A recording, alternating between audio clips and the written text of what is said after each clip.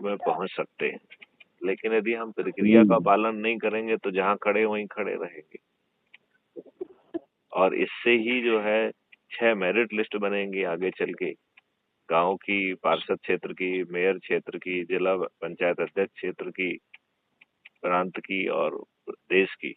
और उसी से जो है पंच, सरपंच, पार्षद, मेयर, जिला पंचायत अध्यक्ष, प्रदेश का मुख्यमंत्री, उप मुख्यमंत्री, मंत्री, विधायक और देश के प्रधानमंत्री, उप प्रधानमंत्री, केंद्रीय सरकार के मंत्री और सांसद का जो है पद उसी से पारदर्शी तरीके से निकलेगा। तो सत्ता का ताज भी मिल रहा है आपको, सभी व्यवस्थाएं भी बदली हुई मिल रही हैं।